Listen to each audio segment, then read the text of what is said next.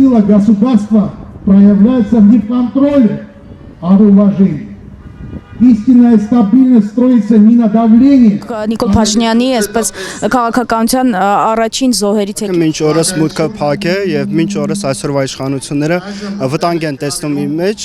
չնայած ես չգիտեմ թե ինչու է այդ վտանգը, որովհետեւ իմ պետությանը ես որևէ սպառնալիք չեմ կարող ներկայացնել եւ ինչպես նախկինում այդպես էլ հիմա էլ կարող եմ հրապարակավ ասել, որ եթե մուտքը բացվի, պատրաստ եմ հենց այսօր էլ մուտք գործել Հայաստանի Հանրապետություն եւ թե կա որևէ սպառնալիք իմ կողմից պատրաստ եմ պատասխանատվություն կրել։ Ձեզ ինչի մեջ էին մեղադրել։ Խնդիրը նրանում է, որ ժամանակին աշխատում է վարչապետի աշխատակազմում, որպես փորձագետ է աշխատում Օրբելի կենտրոնում եւ այդ ժամանակ արդեն իսկ հայտնի էր, թե ինչպիսի ծրագիր ունեն եւ ինչպիսի նպատակներ ունեն, որոնք ուզում էին իրականացնել։ Խոսքը վերաբերում է Արցախի հիմնահարցին, խոսքը վերաբերում է նաեւ հայ առաքելական եկեղեցու ազդեցությանը մեր պետությունում։ Այդ ժամանակ ես ըմբոստացա այդ ամեն ինչի դեմ, ինչը դուրեկան չէր իշխանություններին եւ եթե հիշում եք ցավոք սրտի 18-19 թվականներին վարկանիշը Նիկոլ Փաշինյանի դերևս շատ բարձր էր, հանրությունը իրեն աջակցում էր եւ այն աջակցությունը, որ ես կարող էի ստանալ մեր հանրության կողմից, ցավոք այդ ժամանակաշրջանում չստացա, բայց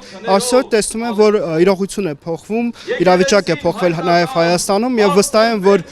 կարող են մոտ ապագայում կտրուկորեն իրավիճակը փոխվել եւ ես կլինեմ Հայաստանում։ Իսկ այն մարդիկ, ովքեր դավաճանություն են իրականացնել մեր պետության եւ պետականության նկատմամբ, իրենք օրենքի շրջանակներում պետք է պատասխանատվություն կրեն։ И как только люди становились на ноги, они первое, что делали, строили армянскую церковь. Վիրահայոց թեմա այսօր աջակցում է հայ առաքելական Սուրբ եկեղեցուն եւ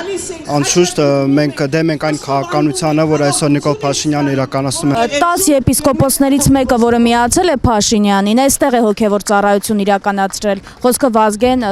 Միրզախանյանի մասին է։ Ինչ կարող եք նաեւ այդ առումով ասել։ Մամուլում իր մասին բավականին շատ տեղեկատվություններ արդեն առկա են, կարող եմ վստահեցնել, որ այդ տեղեկատվությունների մեծ մասը համապատասխանում է իրականությանը եւ ճիշտ կլիներ ոչ թե ինքը միանար նման շարժումների, այլ պատասխանատվություն կրել այն ամեն ինչի համար, որ ինքը իրականացնել է իր կյանքի ընթացքում։